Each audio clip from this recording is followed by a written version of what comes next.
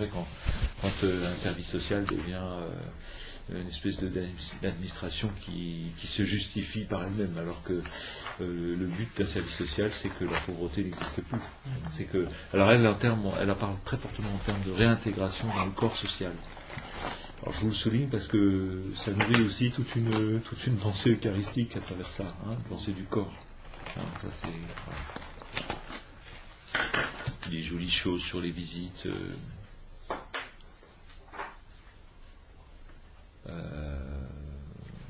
À propos des visites,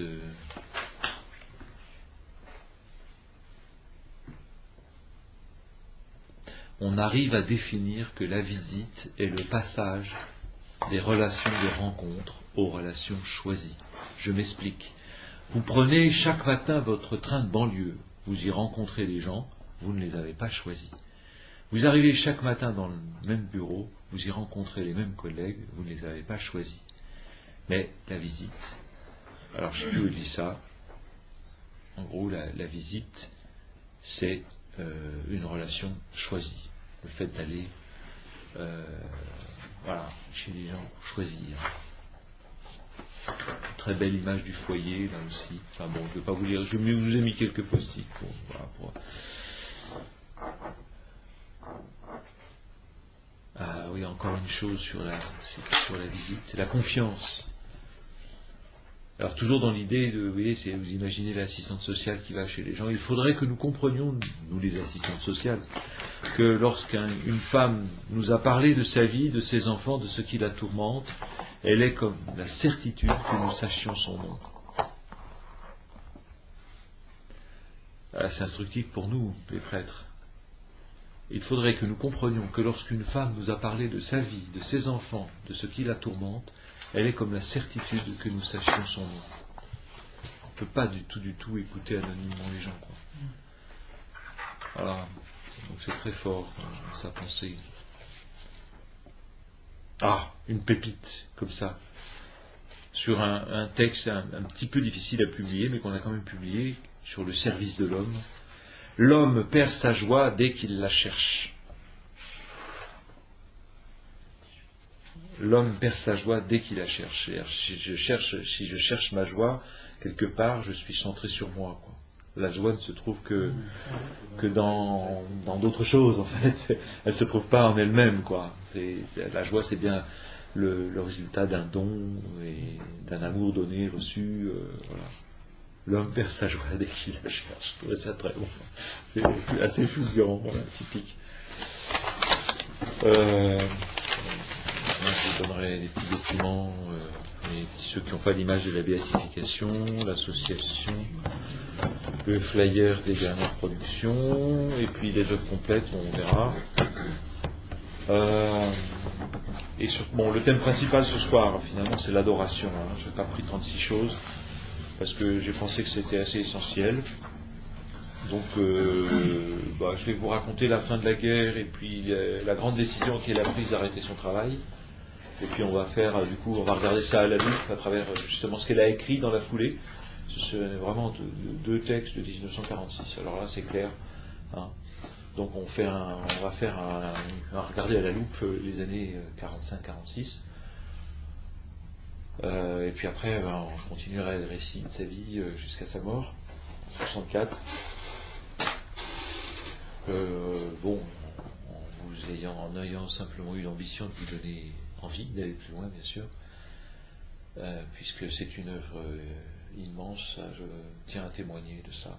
Plus j'avance dans cette œuvre, plus j'en aperçois la cohérence très, très forte et l'immensité. Donc, je vous ai laissé à peu près en 1943-44, à peu près au moment de la libération. Je ne vous ai pas raconté la libération, je pense pas. Donc, j'avais dû bien vous parler du texte qui s'appelle Missionnaire sans bateau, fin 43, qu'elle a probablement rédigé après avoir lu ce que les abbés Godin et Daniel ont écrit dans La France, pays de mission, livre qui a été très très célèbre après la guerre, qui a beaucoup marqué les prêtres qui ont plutôt maintenant 75-80 ans et plus.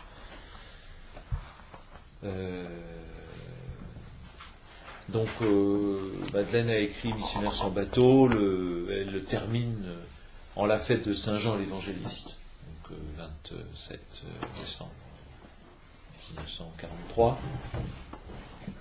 Vous voyez bien qu'on arrive tout près de la libération et que ça devient difficile. Alors pourquoi elle n'a pas publié ce texte complètement abouti? J'ai pas la réponse puisqu'elle n'a pas dit pourquoi. On n'a pas de document là-dessus. On peut faire des hypothèses, que des textes aussi construits et élaborés n'aient pas été publiés à ce moment-là. Mais de fait, ça ne sera publié que post-mortem. Dans cette période, quoi dire, oui, quand même, il faut souligner qu'elles sont à ce moment-là déjà pratiquement une quinzaine, qu'elles vont être toujours à peu près une quinzaine pendant les 20 ans qui vont, disons de 1943 à 64, 70 même, elles vont être une quinzaine. Ce qui veut dire qu'il y a régulièrement un certain nombre de femmes qui vont venir sans durée là. Parce qu'en fait, comme dit résumé quelqu'un, c'est à la fois toute l'exigence du Carmel, en même temps que la vie dans le monde. Donc c'est en fait extrêmement exigeant comme vie. Toute exigence du Carmel, tout en ayant des contraintes d'une vie dans le monde.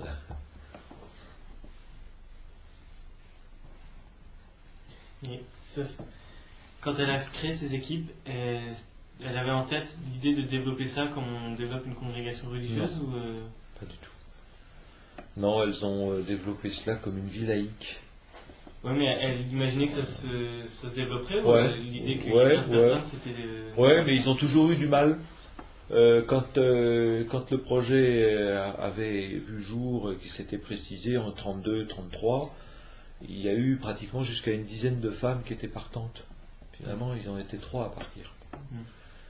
Et après, ils vont rester 3 jusqu'en 36. Donc pendant 3 ans, ils sont 3. En 36, il y en a une qui les rejoint. En 37, il y en a 2. Et puis après, ça monte un peu, mais chaque année, 2, 3. En 42, il y en a 4 ou 5, dont Suzanne Perrin, que vous avez rencontrée, qui est rentrée en 42. Et donc, est-ce que on peut dire que c'est une forme d'échec, que le fait qu'il n'y ait jamais eu grand monde et que maintenant il y a... Oui. Peut-être c'est brutal ce que tu dis, mais en tout cas c'est très exigeant pour Suzanne et les autres de se dire bon c'est fini quoi.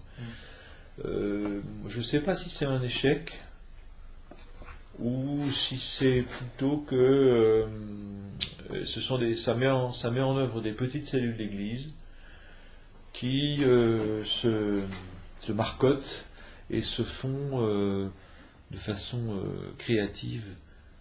C'est-à-dire ce qui n'a pas pu perdurer vraiment après, c'est qu'elles se sont quand même un peu figées, me semble-t-il, dans l'héritage de Madeleine direct.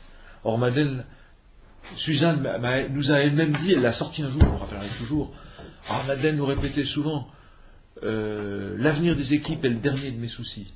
Ce qui compte avant tout, c'est que vous soyez chacune fidèle à votre vocation jusqu'au bout. Donc ça ne renvoie pas forcément à la pérennité d'un regroupement, ça renvoie bien à la vocation baptismale vécue dans toute son exigence, d'où une forme de vie consacrée, parce que finalement elles font célibat, pauvreté, obéissance. Mais c'est pas un groupement religieux, c'est comme si tu plaçais les exigences du Carmel, de la vie religieuse, au niveau d'une vie baptismale vécue dans le monde.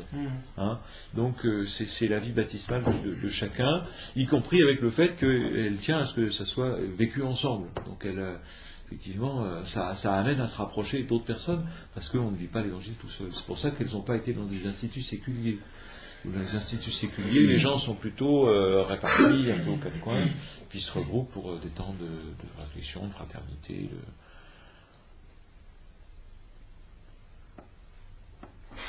Voilà.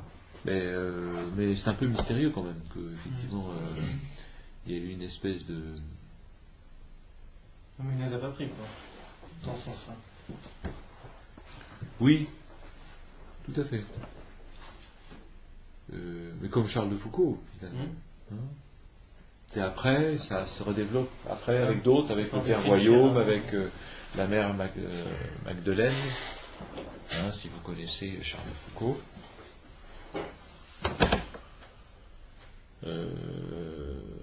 C'est aussi, on sent qu'elle traverse, c'est-à-dire elle va au cœur du catholicisme social, et à un moment donné, elle vit une forme de... J'en viens à ce que je voulais vous dire, quoi, à sa démission du service social, où elle, comme s'il y avait un recentrage contemplatif par rapport à un travail. Elle était cadre supérieur dans le service social, quoi. Donc, on pourrait très bien imaginer qu'elle ait vécu une vie contemplative au cœur d'une haute responsabilité sociale, mais c'est pas ça qu'elle fait. De fait, un an après la libération, libération c'est 25 août 1944. En fait, 1er octobre 1945, un peu plus d'un an après, 13 mois après, elle démissionne de sa fonction de patronne des services sociaux de la mairie d'Ivry. Sans expliquer, on n'a pas vraiment d'explication, il y a un faisceau d'explications. Alors, c'est ça qui est assez étonnant. Est-ce que c'est une forme d'échec? Alors, on sent, justement, là, dans ce livre, il y a des passages où on sent qu'elle est très... Elle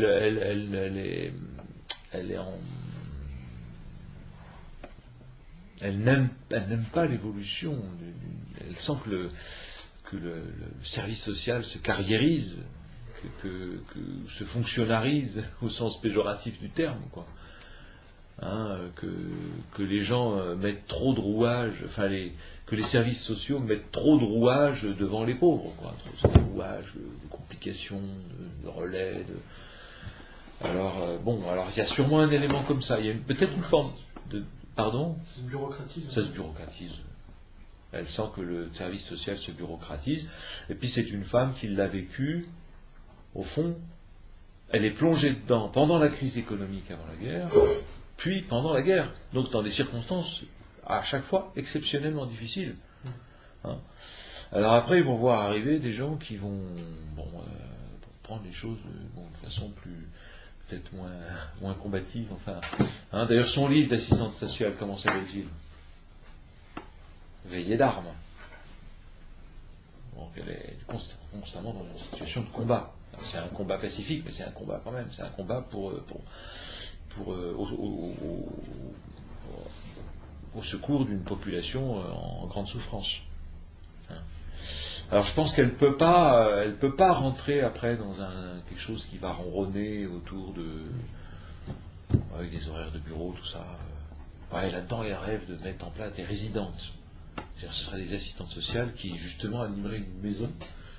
Une maison, ça veut dire un peu ce qu'elles ont fait, ce que vous avez vu quand vous avez commencé votre année. Il y a une maison les gens sont connus dans une rue, et puis il y a une femme qui réside là en permanence, qui est assistante sociale, mais au fond, toutes les misères du quartier, elle va les connaître, elle va connaître les familles, en même temps les misères, et puis les possibilités, parce que personne n'est purement et simplement dans la misère. Dans toute personne, il y a aussi des capacités. Je vous avais dit ça. Aux pauvres, ne vous contentez pas de leur donner. Montrez-lui ce qu'il a. Montrez-lui ce qu'il a. Donc voilà, résidente, une fonction de résidente. Mais vous imaginez, une résidente, ça veut dire quelqu'un qui est voué corps et âme, du matin au soir, aux gens de son quartier difficile. Alors, voilà, elle avait dit des choses qui évidemment ne se sont pas concrétisé. Alors là, on peut dire peut-être qu'il y a une forme d'échec, mais qui n'est pas qu'un échec. Oui, voilà. C'est un échec peut-être d'une perspective sociale, peut-être. Hein, En même temps, c'est quand même ça qu'ils ont fait au 11 rue Raspail. Hein, parce que c'est extraordinaire de voir, très bouleversant. J'ai fait connaissance avec des familles qui ont été soutenues par Madeleine et les équipières, quoi.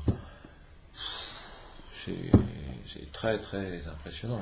50 ans de solidarité avec des familles en grande difficulté. Et puis à la fin, tu vois les gens qui tiennent debout. Enfin, c'est les enfants ou les petits-enfants ou arrière-petits-enfants, évidemment. Voilà.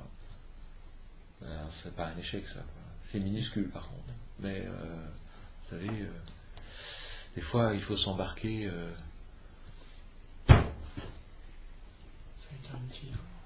Pardon ? Ça a été inutile. Serviteur inutile, ouais. Quoi. Oui, mais alors c'est le serviteur inutile qui entre dans l'amitié humaine et divine, quoi. C'est peut-être ça.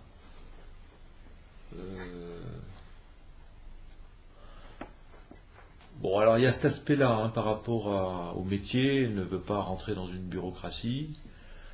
Il y a l'aspect politique. Alors ça, on a vraiment des témoignages précis. Son supérieur à la préfecture de la Seine a écrit pratiquement la première biographie sur Madeleine 2 ans après sa mort. Un très beau texte qui fait une 30aine de pages, enfin c'est déjà assez fourni. Elle dit vraiment il s'est trompé, quoi. Il pensait vraiment que Madeleine Delbrel allait se lancer dans la politique. Très bonne assistante sociale. Elle avait bien vu ce qu'il fallait comme visée politique pour pas simplement gérer les choses famille après famille, personne après personne, mais aussi qu'il faut un cadre politique, voilà, pour ces questions sociales. Alors il pensait vraiment. D'ailleurs, il y a effectivement un certain nombre de suggestions politiques dans les 2 livres verts. Enfin, c'est clair. Bon, elle a une pensée de ces choses-là. Et il dit alors là vraiment j'ai été très étonné de voir que finalement elle arrêtait et qu'elle allait se centrer sur ce petit groupe et à prendre une dimension plus religieuse. Alors cette dimension plus religieuse, entre guillemets, c'est en fait quelques 15 jours après sa démission, elle écrit 2 grands textes. Enfin, il y en a un qui est du 15 octobre, donc c'est 15 jours après, et l'autre qui est du 23 octobre, où elle dit très très clairement la vocation contemplative du groupe. Alors elle a des phrases étonnantes, c'est vrai.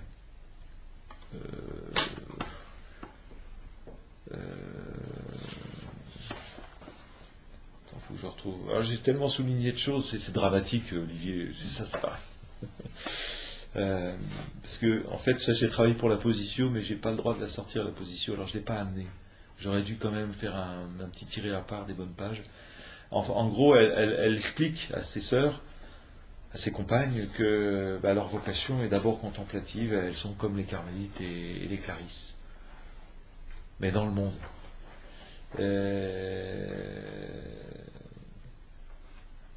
Voilà.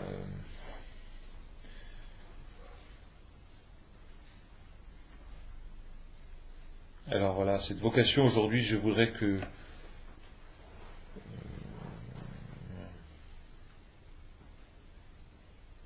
notre vocation, quelle qu'elle soit, n'est pas la sainteté, mais l'absolu avec laquelle on l'épouse.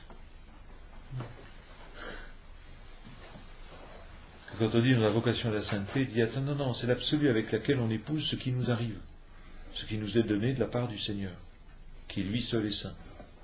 Voilà. Il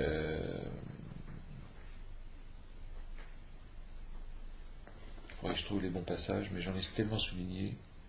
J'aurais dû amener quand même le texte. Ça, voilà. Voilà. Le Seigneur ne nous a pas appelés en disant vois ces malades, allez, viens avec eux. Le Seigneur ne nous a pas dit vois ces enfants, viens leur faire la classe. Il n'a pas dit non plus vois ces communistes, ou ces hindous, ou ces filles perdues, viens les convertir. Non, non. Le Seigneur nous a appelés à être avec lui, toujours, et pour faire vis-à-vis du monde entier, et vis-à-vis de ceux qui passent à côté de nous, ce que lui, Jésus, veut faire pour eux. Il nous a appelés pour verser en nous, pour ainsi dire, son cœur, avec tout ce qu'il veut pour le monde entier d'aujourd'hui et de demain. Cela en aimant tendrement ceux qui passent à côté de nous sur la route. Je suis venu apporter le feu sur la terre, c'est la vocation des âmes dites contemplatives d'être ce feu. Donc elle se met du côté de la contemplation. Et quand j'ai rappelé à Suzanne ces textes, elle a dit, mais oui, c'est tout à fait ça notre vocation. Et en plus, donc, elles ont ce petit recueil qui circule dans nos équipes. Alors, oui, c'est le style, ça doit être dans les années 70. C'est encore un vieux format qui n'existe plus de feuilles. Donc ça, elles ont rassemblé les lettres fondateurs, les textes fondateurs pour elles. Voilà. Je ne sais plus où il y a ce passage où elle dit nous sommes comme les Clarisses et les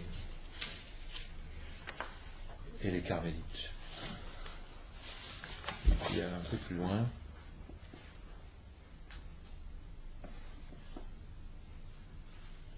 voilà, dans n'importe quelle sainteté, il faut une racine d'humilité qui nous mette le nez en terre et nous rende capables de prier. Dans l'autre sens, la ligne pique en plein ciel, c'est la prière. Tous les saints inventés par Dieu n'ont pu être saints qu'en étant humbles.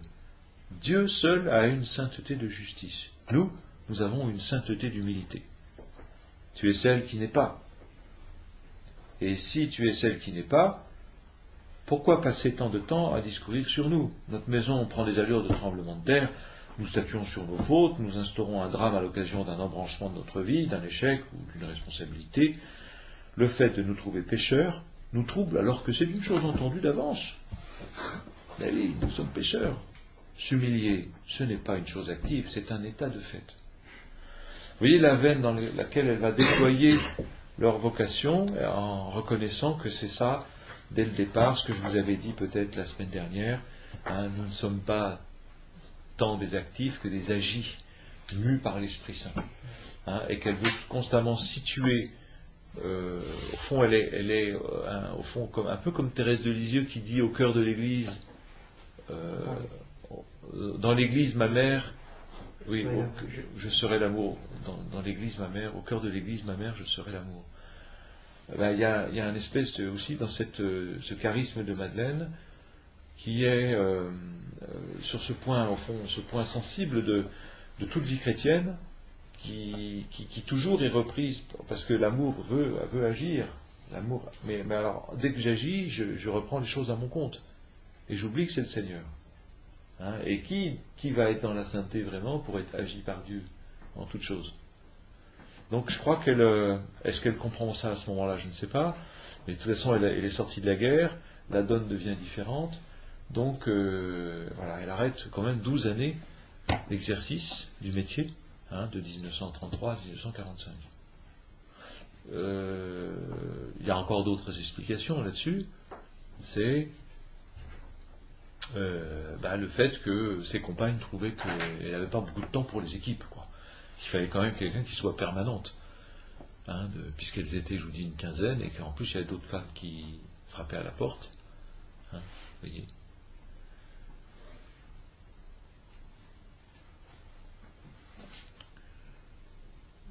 Alors, du coup, on va lire les textes, que je vous ai préparés, parce que c'est 46. Donc, vous voyez, je les ai accompagnés jusque. J'espère que c'était pas trop compliqué, parce que c'est quand même trapu. C'est vraiment je pense que j'essaye de vous transmettre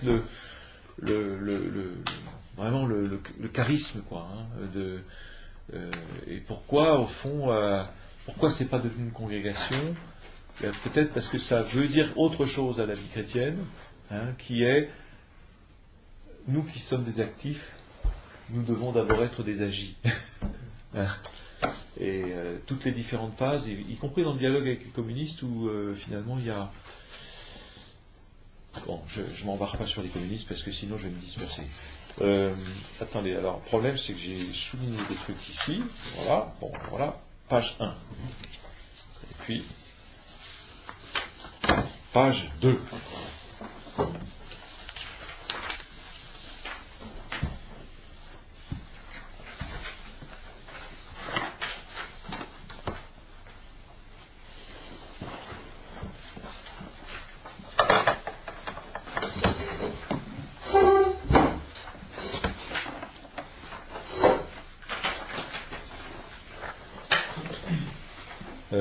Oui, il va rester quelque chose. Une question. Oui. Des textes d'elle qui concerneraient le désert, le thème du désert. Ben, tu as dans Missionnaire sans bateau ceux qui prient, que tu retrouves page. Je te mets à la bonne page. Voix qui prie dans le désert, page 84. Alors, je pense que c'est pratiquement le texte fondamental. Ouais. Et puis peut-être que tu peux aller voir, je ne sais pas s'il le dit tel quel. Faudrait aller voir là dans Celui qui me suit ne marche pas dans les ténèbres. Après à partir de 153, mais ouais, tout à fait. Page 159. Je les connais mes textes.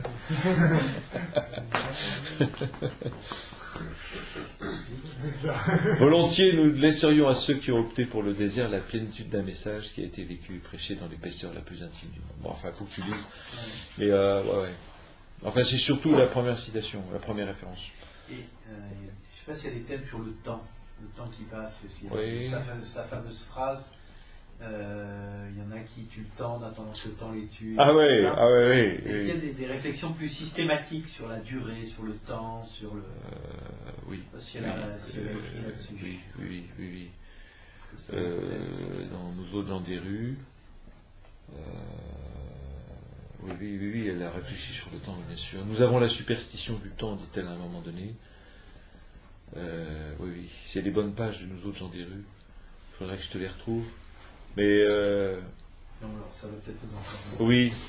Tu peux m'envoyer un mail et puis je te réponds plus précisément. Parce qu'en plus, ça serait dommage de. Je peux te rassembler les références. Okay. Mais là, tu m'envoies un mail parce que j'avais repéré des choses il y a un certain temps. Mais il faut que je les retrouve quand même. Ah oui, elle a une réflexion sur le temps, oui, bien sûr. Ça m'intéresse. Ouais. Alors, en fait,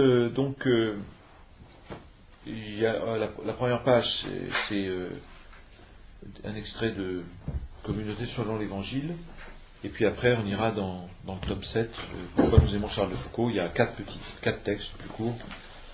Le premier, je l'ai ressorti parce que figurez-vous que sans trop savoir où ça se situait dans la vie, dans l'œuvre de Madeleine, moi c'est vraiment il y a 14 ans, puisque c'était en 1996, c'est peut-être le premier texte qui m'a accroché de Madeleine. Donc j'avais pressenti, en tout cas moi ça m'avait touché, ça m'a beaucoup aidé et libéré, je vais vous expliquer pourquoi. Donc je vous le redonne parce que dans ma vie de prêtre c'est un texte qui compte beaucoup et qui est vraiment... il y a une seule fois le mot adoration, mais d'ailleurs la phrase je l'ai remis en exergue, là, être voué avant tout à l'adoration. Hein. Donc ça je crois que je vous l'ai déjà expliqué. Mais on va essayer de creuser un peu cette adoration qui est au fond cette façon très contemplative, ou peut-être dirait-il, mais elle va dire à un moment donné que c'est admiratif, contemplatif, admiratif. Bon. Alors, elle écrit à ses équipières pour parler de leur vie à nouveau. Hein. Vous voyez bien, puisqu'elle veut les aider, à elles qui sont toutes dans les métiers sociaux, pratiquement toutes, hein, les aider à être d'abord dans la contemplation. L'essentiel de cette vie, ce qui en est la raison d'être, et la joie, ce sans quoi elle nous paraîtrait vaine, est un don de nous-mêmes à Dieu en Jésus-Christ. Hein, donc elle dit bien l'essentiel de cette vie. C'est d'être dans le monde, enfoui dans le monde, parcelle d'humanité livrée par toutes ses fibres offertes désappropriées. être des îlots de résidence divine. Assurer un lieu à Dieu, être voué avant tout à l'adoration. Laisser peser sur nous, jusqu'à l'écrasement, le mystère de la vie divine, être dans les ténèbres de l'ignorance universelle, des prises de conscience de Dieu, savoir que là est l'acte salvateur par excellence, croire de la part du monde, espérer pour le monde, aimer pour le monde, savoir qu'une minute de vie chargée de foi, même dépouillée de toute action, de toute expression, possède un génie de valorisation, une puissance vitale que tous nos pauvres gestes humains ne pourraient remplacer. Alors c'était cette phrase, moi, qui m'avait apaisé, parce que vous savez, une fois qu'on est chargé, nous les prêtres, on est chargés vraiment. Alors si on prend cette charge d'une mauvaise façon, on ne peut qu'être écrasé. Il y a une façon de prendre la charge. Elle parle quand même d'écrasement, puisqu'elle laissait peser sur nous jusqu'à l'écrasement le mystère de la vie divine. Mais il ne faut pas se tromper de ce qui nous écrase. Parce qu'on peut être écrasé par beaucoup de choses dans la vie paroissiale. C'est tellement vaste, multiforme, pour ne parler que de la vie paroissiale. Mais un prêtre, si vous êtes un jour aumônier de lycée, aumônier de, je sais pas, aumônier de scout, etc., ça nous emmène très très loin, très vite. La pastorale nous emmène très très loin. Alors, elle annonce une désappropriation, une offrande, être alors bien sûr dans le monde, mais il s'agit d'être à Dieu nous-mêmes, un don de nous-mêmes à Dieu dans le monde.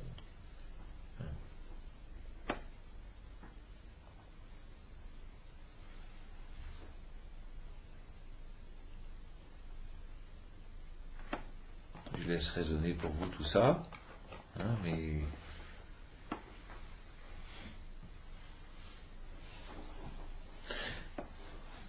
alors notez bien ce lien entre l'adoration et laisser peser sur nous. Plusieurs fois elle prend l'adoration dans ce sens, comme d'une pesée, comme d'un poids. Elle dira même à d'autres fois le poids de l'âme. Voilà.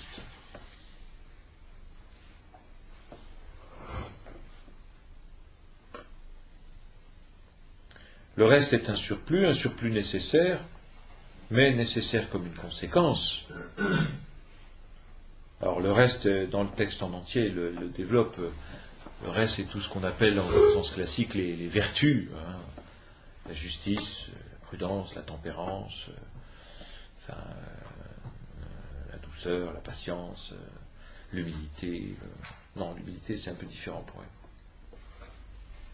Là est la graine, le germe. Si le germe existe, la plante de la vie évangélique ne pourra pas ne pas en jaillir. Au contraire, si nous essayons de mettre sur la terre, toutes les fleurs de l'évangile, il vient justement dévouement, pauvreté, humilité et le reste. Si nous l'essayons avant d'avoir semé cette graine, nous ferons des jardins de plantes, de fleurs coupées qui faneront en 2 jours. Ça, c'est bien une belle image de la vie chrétienne qui n'est pas fondée sérieusement. Combien de chrétiens qui sont simplement dévoués ou qui ont une humilité qui va faner comme une fleur coupée.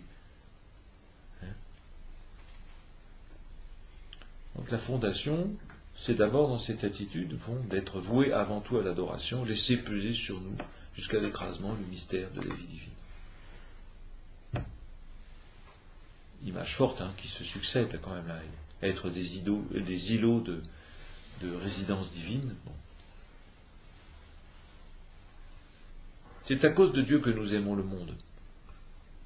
Nous voulons le donner au monde, au royaume des cieux. À quoi nous servirait de nous y forcer si nous nous refusions nous-mêmes à l'emprise dévastatrice et transformatrice de ce royaume, si nous refusions notre être à l'invasion de la grâce de Dieu? Si le monde ne nous servait pas à rebondir vers le ciel ou à plonger dans la miséricorde, c'est que nous ne serions pas aptes à user de la sorte de sacrement qu'il contient. Les milieux strictement humains, que sont les milieux incroyants dans lesquels nous vivons, doivent provoquer en nous une soif inextinguible de surnaturel. Vivre en eux doit nous faire comprendre combien souvent ils sont en règle avec les lumières riches ou misérables qu'ils ont reçues du monde naturel, mais cela doit nous faire percevoir encore plus combien pour animer ce monde naturel, il faut une effusion prodigieuse de grâce. Or, la grâce ne se fait que par des actes de foi, d'espérance et de charité. Si notre vie commune dans le monde comporte le partage du rythme quotidien, ce partage du quotidien doit s'arrêter s'il nous empêche le partage de l'éternel qui fait le fond même de notre vocation. Partage du quotidien, voilà. Si notre vie commune avec le monde comporte le partage de son rythme quotidien, ce partage du quotidien doit s'arrêter s'il nous empêche le partage de l'éternel qui fait le fond même de notre vocation. C'est peut-être là une phrase qui dit pourquoi elle a arrêté. C'est-à-dire qu'à un moment donné, l'emprise du quotidien partagé avec le monde, de la vie commune avec le monde, est telle qu'il n'y a plus de partage de l'éternel. Or, le monde a besoin d'une présence de l'éternel. Voilà.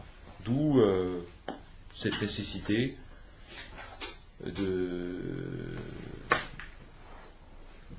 regarder au fond l'intégralité de notre vocation chrétienne, qui n'est pas simplement, au fond, même si elle est restée elle a toujours cet élan vers les pauvres, elle ne peut pas voir uniquement cet aspect-là. Commentaire de ce texte ou réaction? C'est copieux, hein? C'est exigeant. Très exigeant. Très exigeant. Vous comprenez pourquoi elles n'ont pas été nombreuses? Qui va se lancer là-dedans? Nous tous, je pense qu'on est tous provoqués quand même par un texte comme ça. Puis, ça peut parler à beaucoup plus large que seulement ces équipes. Oui, il s'adresse à ces équipes et moi j'ai l'impression que beaucoup se sentent concernés. À chaque fois que je le lis, ça fait tilt quand même. On se dit, c'est hyper exigeant, mais en même temps tu te dis, ça te met d'équerre, quoi. Ça met d'équerre ta vie chrétienne. Tu sais quel est l'axe, quoi. Ou alors tu dis, moi je suis minuscule par rapport à ça. Je ne fais pas le quart du dixième. Mais tu sais quand même, quelque part, pour moi, de lire ça, je me souviens bien, l'impression que j'ai eue, j'étais rassuré et apaisé. Tout en me sentant absolument minuscule, quoi, par rapport à ça. Mais après tout, la question n'est pas là, puisqu'il s'agit de laisser peser les choses sur nous. Hein? Et je pense que dans l'acte pastoral, c'est très important. C'est particulièrement important pour nous, les prêtres. Puisque de toute façon, c'est le Seigneur qui va s'en saisir. C'est ça, les sacrements. On dit administrer les sacrements. Il faut savoir ce qu'on dit. Vas-y. Bon, en plus, ce qui est beau dans ce texte, c'est que chacun est vraiment touché. Enfin, c'est ce qu'elle dit quand elle dit si nous l'essayons avant d'avoir semé cette graine, nous ferons des jardins de fleurs coupées. Ça sert à rien de vouloir à tout prix faire exactement comme ce qu'elle dit. C'est chacun peut prendre un peu une part à cette adoration perpétuelle. Et voilà, chacun à son niveau peut être touché sans vouloir à tout prix faire absolument comme elle. Il n'y a pas chacun son chemin.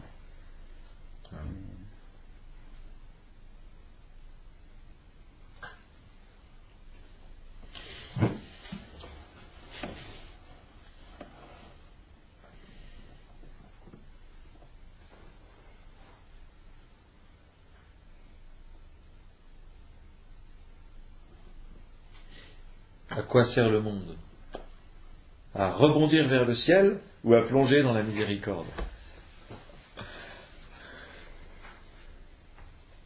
Donc on n'a pas qu'un monde à sauver aussi, vous voyez, c'est ça que ça veut dire dans la contemplation. C'est aussi que parce que pourquoi elle dit ça? Parce que le monde a besoin de surnaturel. Hein, il a ses lumières naturelles, d'accord, mais donc c'est pour ça que c'est important que nous soyons un îlot de résidence divine, une prise de conscience, voilà, être dans les ténèbres de l'ignorance universelle des prises de conscience de la part de Dieu.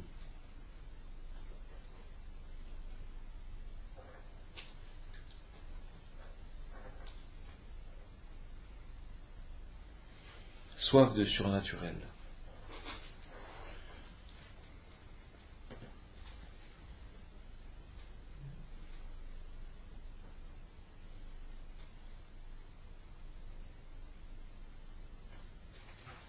d'autres choses qui vous touchent? Qu'est-ce qui, je sais pas, peut-être c'est intéressant d'échanger un peu sur les choses qui vous parlent particulièrement, ou qui vous parlent, ou au contraire, je sais pas, ça vous parle peut-être pas du tout, mais... Oui. C'est ça que je disais, c'est assez exigeant. Et, moi, je trouve aussi que c'est plein d'espérance quand elle dit si le germe existe, la plante ne pourra pas ne pas agir.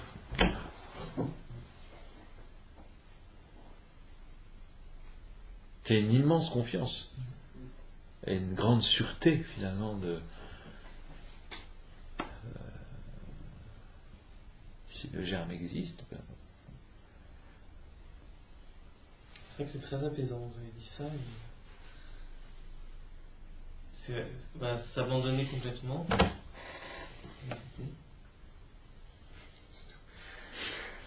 Oui. Si, c'est tout. Enfin, c'est énorme. Enfin, c'est énorme.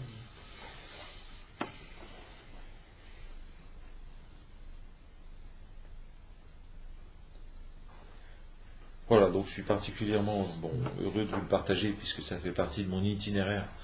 Puis, quand j'ai découvert ce texte il y a 14 ans, quand je l'ai lu pour la première fois.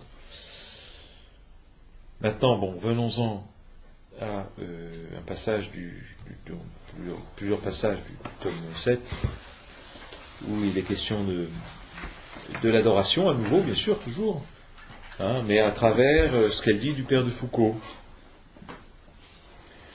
Alors, la première fois c'est un article, donc alors on est en 46 toujours.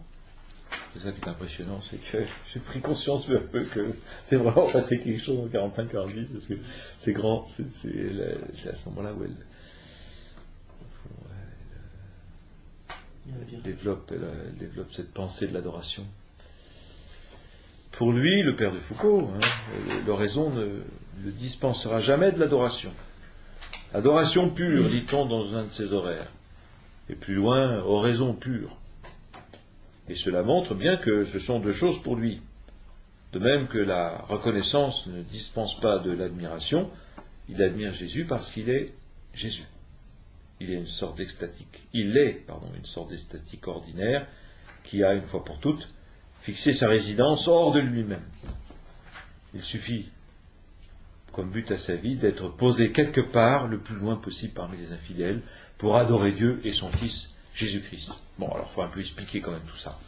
Donc, elle a noté, elle a lu dans les documents Charles de Foucault que, effectivement, vous savez, il avait fait des horaires, Charles de Foucault, il n'a jamais réuni personne, effectivement, mais il a toujours fait des règles de communauté, de congrégation, il voulait fonder des choses, voilà, il imaginait des règles et tout.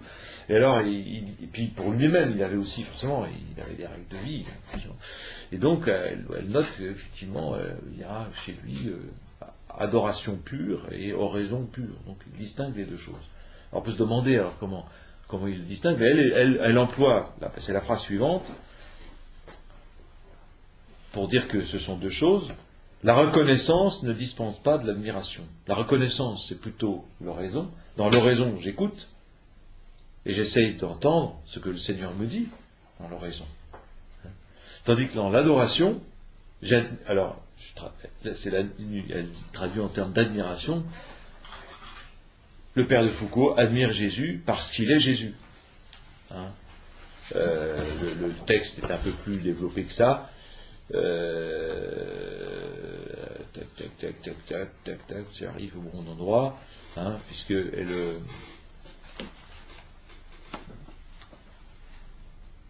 voilà.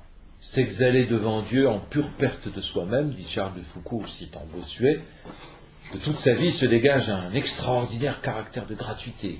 Dieu, s'il est son Dieu, demeure toujours Dieu. Et c'est parce qu'il est Dieu que d'abord Charles de Foucault l'aime.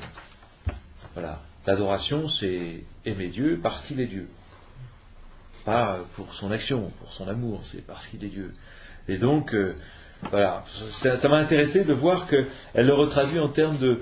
Le mouvement de l'oraison est plutôt un mouvement de reconnaissance, de chercher la volonté de Dieu, etc. Tandis que l'adoration, c'est adorer Dieu parce qu'il est Dieu. Voilà. Admirer Jésus parce qu'il est Jésus. mouvement d'admiration. Intéressant quand même.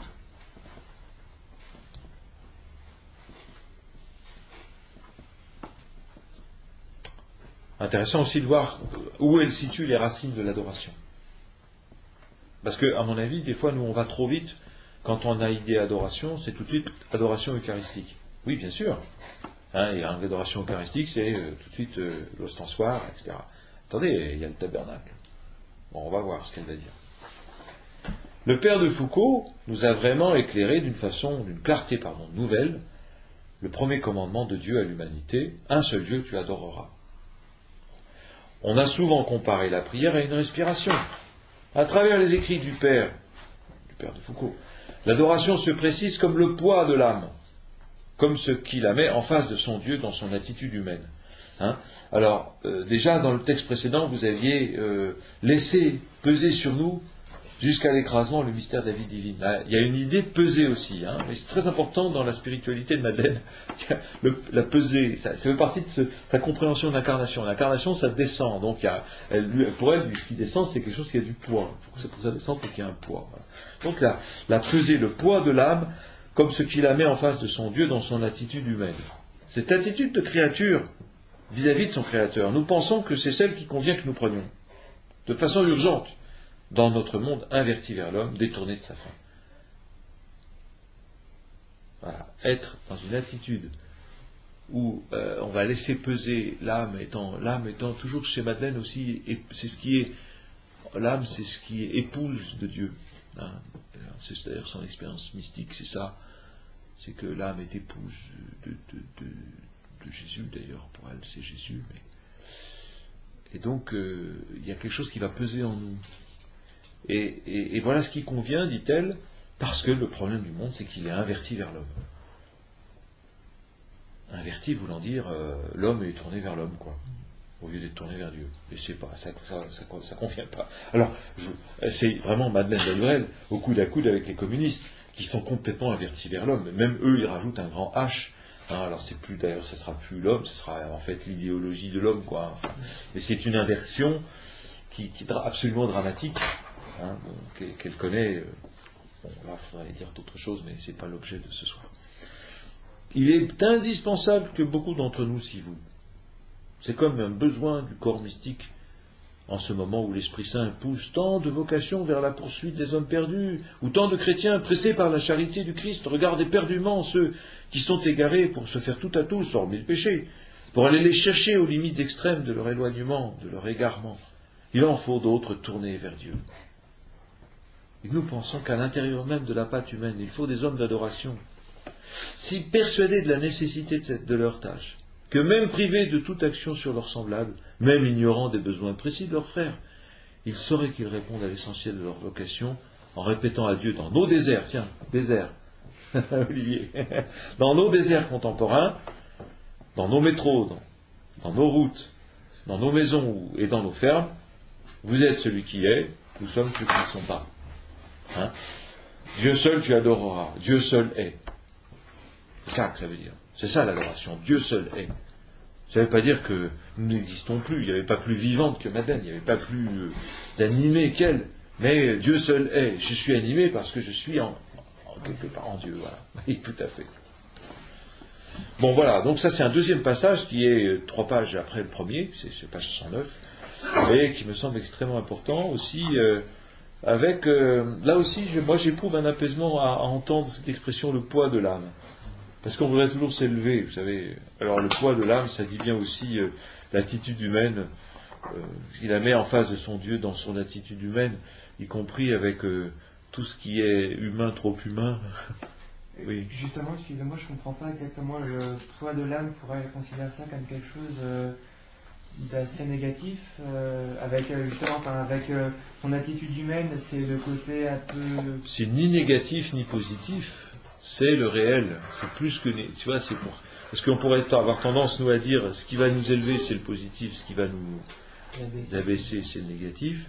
Elle a trop l'expérience de l'humilité, justement, elle a l'expérience de l'humilité, dont elle dit, je ne sais plus où c'est, que l'humilité, c'est ce que je vous avais cité.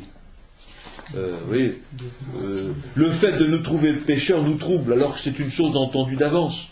S'humilier, ce n'est pas une chose active, comme si vous voulez, il faudrait s'humilier, faire des exercices d'humiliation, une chose active. Non, s'humilier, ce n'est pas une chose active, c'est un état de fait.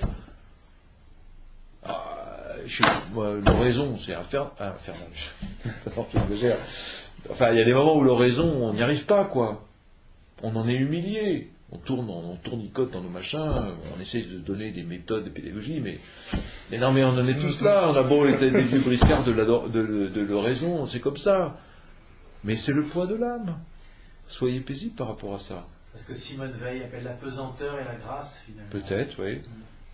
Ouais, je connais pas bien l'œuvre de Simone Veil, mais on m'a dit souvent, frère, allez chercher Simone Veil. On en a parlé à midi avec Marguerite Léna, justement. Madeleine Delbrel et Simone Veil. Là, il y a sûrement une étude à faire. On a relevé un certain nombre de points de contact, justement, qui sont intéressants. Ce souci de la classe ouvrière. Et je trouve que dans ces termes-là, c'est un des thèmes aussi très, très présents. Il y a un livre, d'ailleurs, la population. Le pesanteur et la grâce, c'est un titre d'un livre de Simone Veil. Le pas de l'âme. Oui. Et là, c'est le poids de l'âme.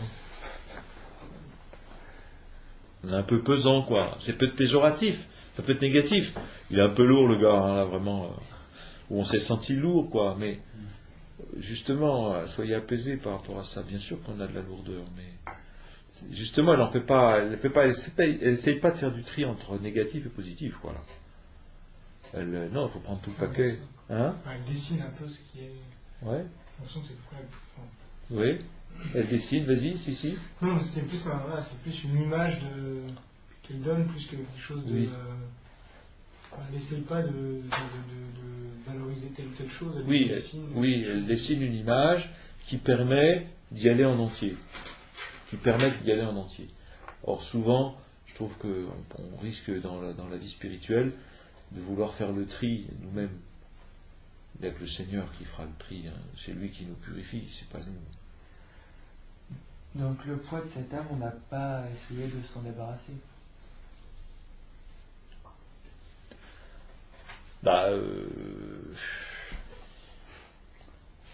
Attends, on a quand même un... Oui, c'est vrai, je vais dire oui. Et puis en même temps, ton oraison, il faut que tu arrives quand même, ou ta vie personnelle, tu vas pas te laisser aller à tous tes penchants débridés, tu vas quand même essayer de te tenir, quoi. Comme ça.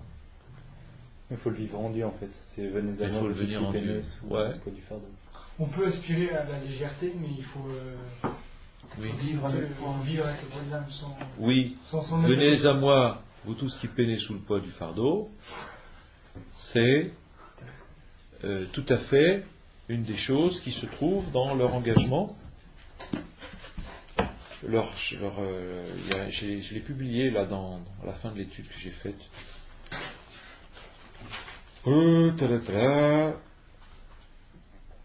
Page 82-83 de Jeunesse d'une spiritualité. Alors il y a l'engagement. Bon, alors c'est l'engagement à la charité de Jésus. C'est ce qu'elles ont vraiment prononcé avant de partir à Ivry. Être une charité, c'est être pauvre, chaste, obéissant, c'est se donner à l'amour de Jésus. Maintenez-vous à votre demande. Alors la novice répond oui mon père. Et puis après, l'aumônier se tourne vers la chef de la charité. Acceptez-vous une telle dans la charité? Oui mon père. C'est un peu scout comme rituel. Et après, l'aumônier dit la charité de Jésus vous reçoit, que votre vie soit celle du Christ. Et alors la novice plutôt, je me donne à la charité de Jésus pour y faire la volonté du Christ, de l'Église, de mes chefs. Alors l'aumônier remet la croix. Prenez sur vous mon joug et recevez mes leçons, car je suis doux et humble de cœur, et vous trouverez le repos de vos âmes. Car mon joug est doux et mon fardeau léger. Donc tu ne t'es pas trompé. C'est vraiment une référence centrale pour elle. Ça. Et après, que font-elles? L'aumônier dit, heureux les pauvres de cœur. Et les charités répondent, car le royaume des cieux est à eux. L'aumônier dit, heureux ceux qui sont doux. Les charités répondent, ils posséderont la terre. Donc les béatitudes, l'esprit des béatitudes. Récité comme ça. Je n'avais jamais vu ça. Elles l'ont pas poursuivi d'ailleurs après, de cette forme-là. Mais je pense que pour Madeleine, le cœur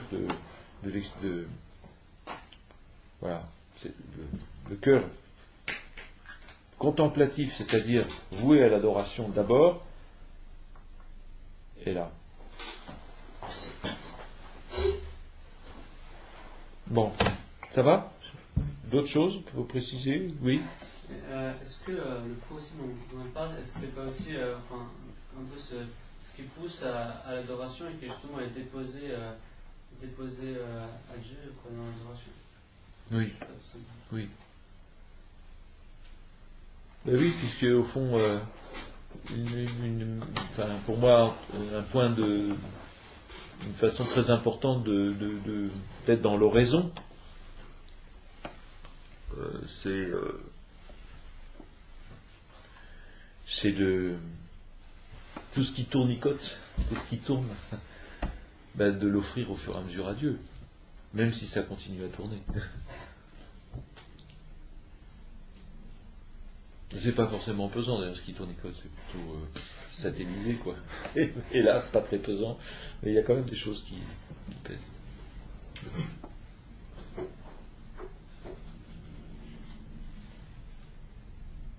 Ben, ça c'est dans l'oraison.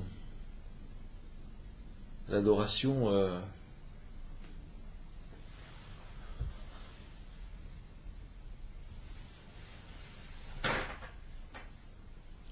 elle souligne que le père de Foucault, lui, vous consacrait des temps à l'adoration pure. Un temps voué à simplement être là pour Dieu. Voilà. Je ne suis même pas là pour entendre ce que tu veux me dire, je suis simplement là pour toi. Alors forcément, on sent bien qu'il y a quand même le lien avec l'oraison est très fort, puisque, bon, surtout nous l'entendons par Jésus, c'est donc par le Verbe, par la parole.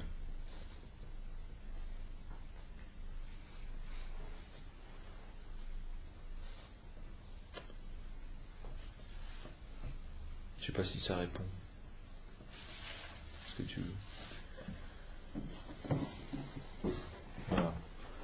Partout où dans les églises il y a eu des adorateurs en esprit et en vérité, Saint Jean chapitre 3, enfin c'est les adorateurs en esprit et en vérité, c'est dans non, la Samaritaine. Oui. Nicodème, c'est la Samaritaine. Hein. Partout où dans les églises il y a eu des adorateurs en esprit et en vérité, un curé d'Ars, un Benoît Labre, un Charles de Foucault, la grâce a bousculé les âmes et le monde a tressailli. Là encore, le père de Foucault se fait enseignant. S'il faut en ce moment parmi nos frères des âmes obsédées par les fossés creusés entre les païens et nous, il faut aussi des âmes obsédées par le manque de soudure entre le tabernacle et les chrétiens. Sans ces âmes, il manquera des maillons dans la chaîne de la grâce.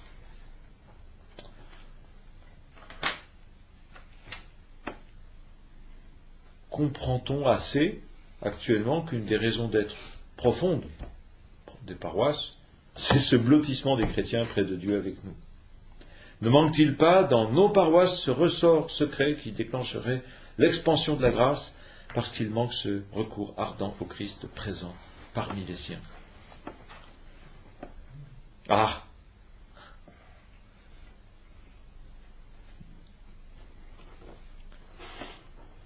C'est le tabernacle. Il faut des âmes, donc deux âmes, reprenons en arrière, remontons en arrière. Et s'il faut en ce moment parmi nos frères des âmes obsédées par les fossés creusés entre les païens et nous, donc c'est un peu incertain, voilà, des âmes obsédées par, c'est la mission finalement, hein, les âmes obsédées par les fossés creusés entre les païens et nous. Il faut aussi des âmes obsédées par le manque de soudure entre le tabernacle et les chrétiens.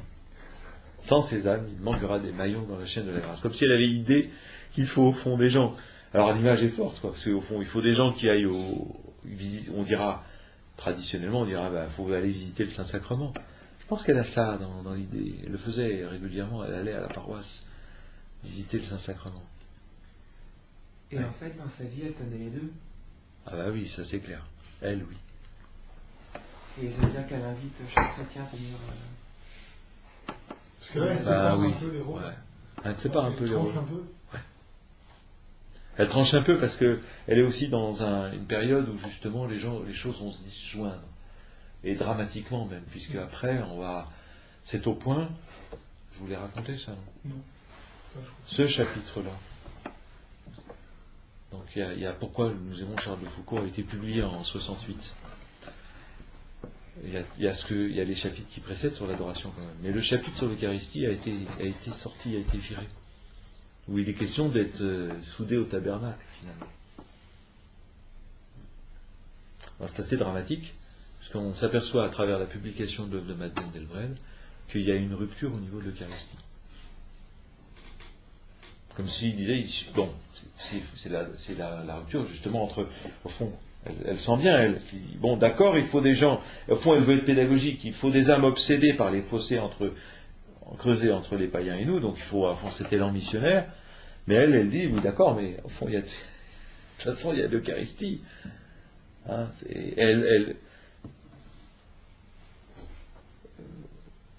voilà, il faut donc, c'est pour ça qu'elle dit qu'il faut ce blottissement des chrétiens près de Dieu avec nous, parce que il suffit pas d'être obsédé par les fossés entre les païens et nous.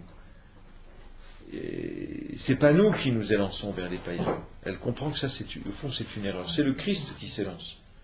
Je ne l'ai pas mis là dans le passage, mais il le dit au début tel quel. Donc, si je cherche, je ne vais pas trouver, évidemment. Hein, c'est l'élan du Christ. Voilà.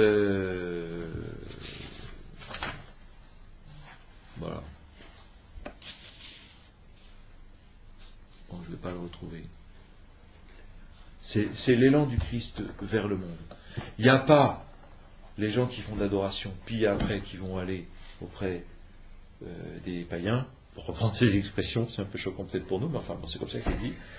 C'est un seul élan du Christ. C'est pour ça qu'elle dit c'est important qu'il y ait des gens qui soient soudés au tabernacle, et même qu'elle dit, c'est très curieux quand même, on ne s'attend pas à ce que Madeleine dise le blottissement des chrétiens près de Dieu avec nous.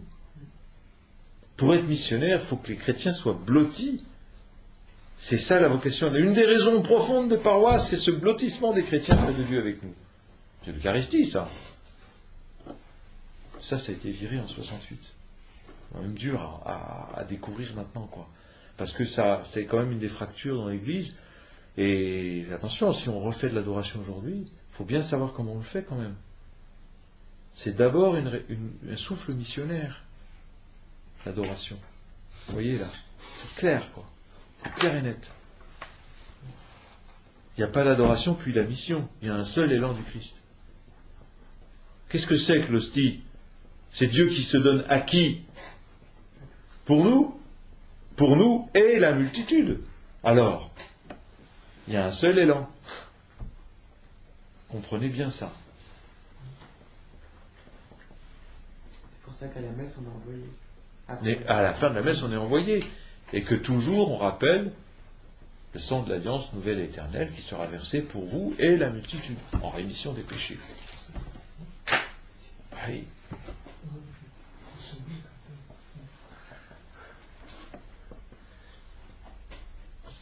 Ça va? C'est peut-être un peu, je sais pas, abrupt. C'est clair maintenant? Bon. Alors c'est pour ça, oui, on s'est étonné, à juste titre, du temps donné par les communautés paroissiales à leur propre sanctification, alors que tant d'infidèles pâtissent autour d'elles. Donc, effectivement, il y avait peut-être des problèmes, des paroisses qui étaient un peu tournées vers elles-mêmes. Hein, on s'occupe au fond d'une sanctification qui est simplement tournée vers l'élévation vers le ciel. Il faut que je monte au ciel. Alors on pourrait comprendre l'adoration du Saint-Sacrement pour ma sanctification personnelle. Mais elle comprend l'erreur. Parce qu'à ce moment-là, on est coupé de notre vocation chrétienne première, qui n'est pas d'abord notre sanctification, mais qui est d'être chrétien dans le monde. L'adoration, c'est quoi? A-t-elle dit? C'est être des îlots de résidence divine, assurer un lieu à Dieu, lui assurer un lieu. Pourquoi? Pour sa gloire, pour que sa gloire soit connue dans le monde. J'aurais dû trouver des textes aussi sur la gloire. Et c'est quoi la gloire? C'est que Dieu soit connu et aimé dans le monde. Sa gloire, c'est la croix aussi, hein, la gloire, c'est la glorification. Et justement, c'est ce mouvement d'amour qui est connu, qui est visible dans le monde. La gloire, et ça se voit la gloire. Hein. Alors je reprends ce dernier paragraphe. On s'est étonné à juste titre du temps donné par les communautés paroissiales à leur propre sanctification, alors que tant d'infidèles pâtissent autour d'elles. Ne pourrait-on pas, à plus juste titre encore, s'étonner du peu de temps consacré par ces mêmes chrétiens à la compagnie du Christ? Voilà. Alors c'est quand même, elle force, hein, en disant attention, on peut s'occuper de sa sanctification, mais est-ce que c'est vraiment la compagnie du Christ? À quoi nous mène la compagnie du Christ? Mais à partir avec lui. Suis-moi. Et à aller vers les autres. Seulement, c'est pas moi qui vais vers les autres. C'est pas moi qui vais vers les autres, pardon. C'est le Christ qui va vers les autres et qui m'entraîne vers eux. Voilà l'adoration. Et l'adoration, c'est tout ça. Tout ce mouvement-là.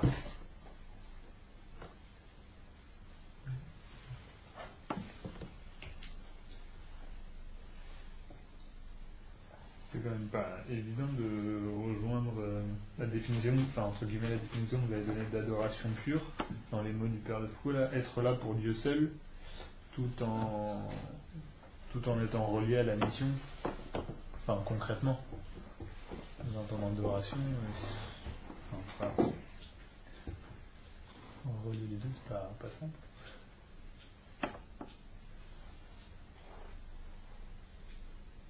Mais je pense que chez le Père de Foucault, comme chez Madeleine Delbrel, c'est un très grand dépouillement qui va se continuer d'ailleurs, puisqu'il va se passer encore,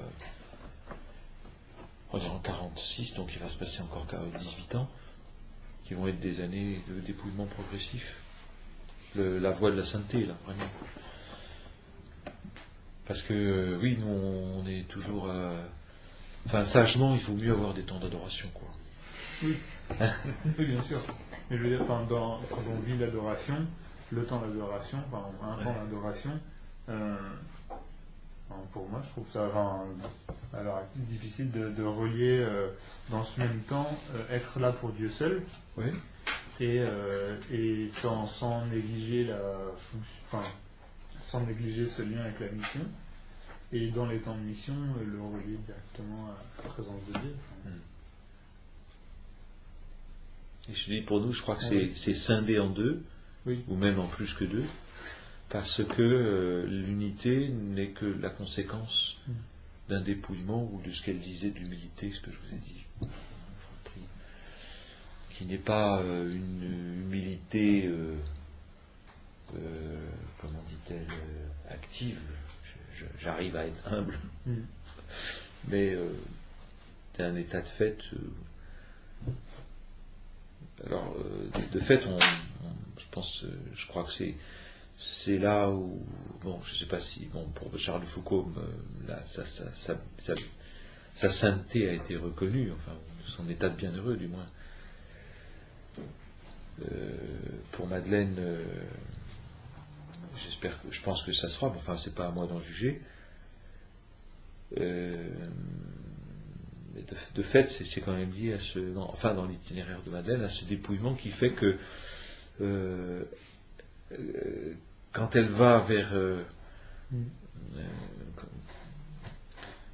un pauvre, c'est dans un état où c'est d'abord le heureux et pauvre de cœur résonne autant en elle que dans la personne qu'elle reçoit. D'ailleurs, c'est peut-être à cause de cet appauvrissement intérieur que les gens lui parlaient, les gens de tout poil. Parce que nous, qu'est-ce qui fait écran? Parce que oui, on est dans la crainte. Alors la crainte est aussi la crainte de perdre. C'est toujours vrai que quand on craint de perdre, c'est qu'on pense qu'on a quelque chose à perdre. On n'a pas tort d'ailleurs. On pense bien qu'on n'a pas tort d'avoir peur de perdre quelque chose parce que réellement il est de perdre, quoi. Donc ça fout la trouille de perdre.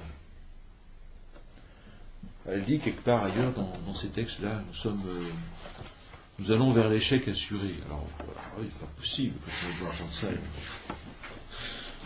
On va vers l'échec assuré. Bah oui, mais quelque part, c'est la passion de Jésus. Hein. Ah oui, l'échec, oui, c'est vrai.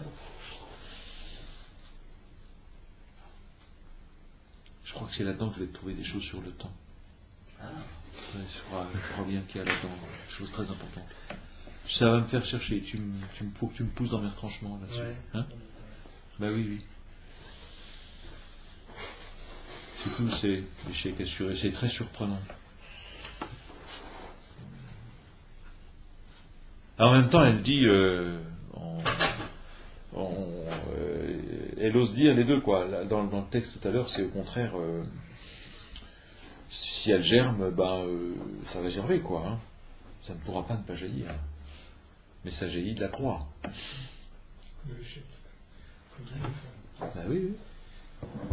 Très important pour nous. Hein. Enfin, très très important pour nous. Enfin, pour les prêtres, c'est capital la croix.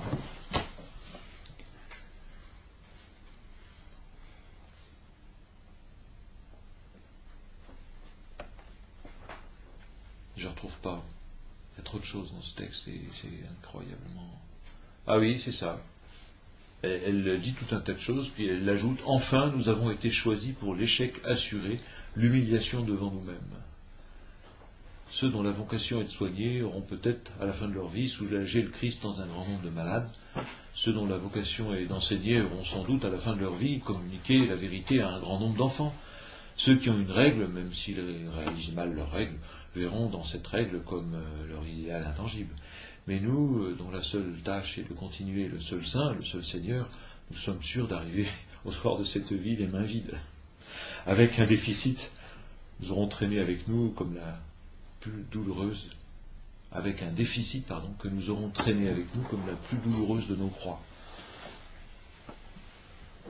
C'est immense de pressentiment, de ce dépouillement de l'homme moderne, hein, qui doit. On est tellement, vous voyez, dans un monde aussi qui doit s'adapter. Vous voyez, le problème des entrepreneurs. Mon informaticien, on a un entrepreneur, une entreprise d'informatique qui vient chez nous gérer mon ordinateur. Bah oui, parce que moi, il faut que je sois pointu en informatique, sinon. Alors, il m'a expliqué, on a commencé il y a 20 ans. Et j'aurais dit, disons, vous avez dû vous adapter depuis 20 ans. Oui, si vous saviez, oui, il y en a eu des gros qui ne se sont pas adaptés, ils sont tous, il n'y a plus rien, quoi. Vous voyez le dépouillement aujourd'hui. Qu'est-ce qu'on va faire, nous, maintenant que les bagnoles sont produites en Turquie? Parce que, Sarkozy a gagné que ça sera quand même un peu produit à Sandouville, mais enfin, il ne faut pas se faire d'illusions. Vous savez combien de pourcents des bagnoles françaises sont produites en France? Des bagnoles vendues en France, combien de pourcents des bagnoles vendues en France sont produites en France? 2%. 2 sur 10, pardon. 20%. 2 sur 10. Donc le dépouillement, le monde moderne, on est toujours en plein dedans. Vous voyez, je crois qu'il y a une intuition très très forte sur ce que c'est que la spiritualité dont nous avons besoin. Et jusqu'où ça nous entraîne.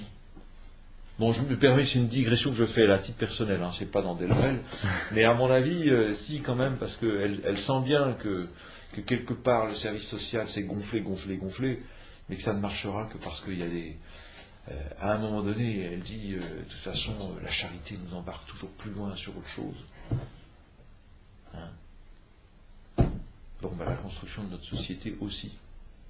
Parce que de toute façon, on n'est pas aux bons endroits pour produire des bagnoles, par exemple. Or, si on ne produit plus en France, qu'est-ce qu'on va faire? Des t-shirts. Des t-shirts, ouais, c'est ça, des petits t-shirts comme ça. Ouais. Et écrire. Ouais. Bon, c'est une digression, mais c'est pour dire que, voilà, pour moi, ça entraîne très loin cette question de l'adoration, cette façon. Et bien sûr qu'on est fractionné. Bien sûr, oui.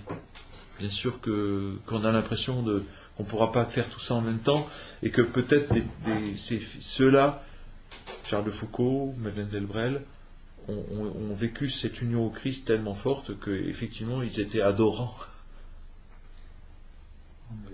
Voilà.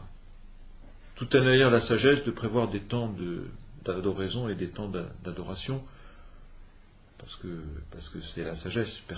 Dieu seul est saint, quoi. Et que Madeleine, tout en faisant l'expérience dans le petit film là que je vous ai donné, il y a le moment où on a mis en scène, même par l'actrice, le moment où Madeleine décrochait le téléphone. Ça a agacé un certain nombre de compagnes, parce que Madeleine ne décrochait pas le téléphone tout de suite. Ne précipitait pas sur le téléphone.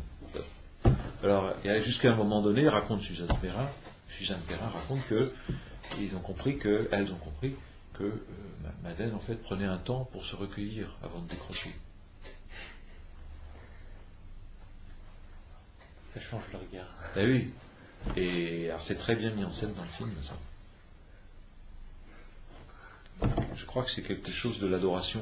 Ça touche ça se nourrit dans l'adoration, quoi. Ça. Parce que c'est pas si facile de faire un coup de stress et puis tu. Non, prends le temps avant d'ouvrir une porte aussi. Hein? Faut se mettre finalement des moyens, genre des post-it partout à chaque fois. Alors, sur le frigo. Même sur le téléphone, prier avant de décrocher. Oui, c'est ça, oui, tu peux, oui, tout à fait, oui, c'est un peu d'humour, faut un peu d'humour pour faire ça, parce que sinon tu te prends la tête, tu dis, j'ai encore raté. Il faut l'humilité. Hein, oui, de toute façon, ça se confie, oui, c'est l'humilité de l'humour, hein, et c'est ce qu'elle dit, oui, on aura essayé, mais au soir de cette vie, on aura les mains vides, avec un déficit que nous aurons traîné avec tout, comme la plus douloureuse de nos croix. D'ailleurs, on sera toujours en déficit de ces choses-là, vous comprenez bien. Si on veut vivre en attitude d'adoration, évidemment qu'on sera en déficit, puisque Dieu seul est saint. Alors à la fois, c'est très rassurant.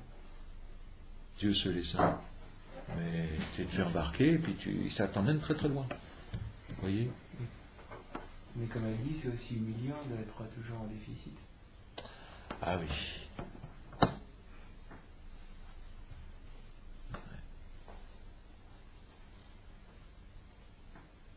Oui.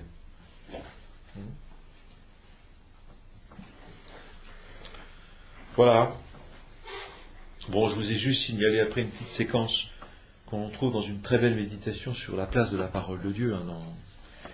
Mais justement, ça fait le lien avec l'adoration, entre parole et adoration. L'Évangile, pour livrer son mystère, ne demande ni un décor, ni une érudition, ni une technique. Il demande une âme prosternée dans l'adoration et un cœur dépouillé de toute confiance en l'homme. Vous l'attendiez pas, celle-là. Oui. C'est l'adoration. Qu'est-ce qu'elle aurait pu dire pour le. Alors, revoyons la phrase. Bien joué. On va lire Mathia. Je crois qu'on va tous dîner 30 voilà. Prosterné dans l'adoration. Humilité. Non, je pense que c'est vraiment, si elle dit prosterné, c'est vraiment c'est une âme prosternée dans l'adoration, c'est une âme prosternée dans la conscience que Dieu seul est. C'est ça l'adoration, Dieu seul est. Mais si l'oraison, on prend ça justement comme une ouverture, un accueil, une écoute, pour accueillir le mystère, ça paraît pertinent. Pertinent que... de mettre oraison en lieu et place d'adoration. Oui. Je vais pas lui faire dire ce qu'elle n'a pas dit. Oui. Et l'âme à l'écoute. Oui, bien sûr, oui. Une âme prosternée dans l'oraison pour vraiment écouter le Seigneur, oui. Oui. Mais elle a écrit adoration. Donc, c'est elle qui a écrit. Voilà pour ces textes. Merci. Il est tard, hein. On va peut-être. Je trace quand même les 18 ans qui restent. Ouais, un petit peu. On profite de la présence.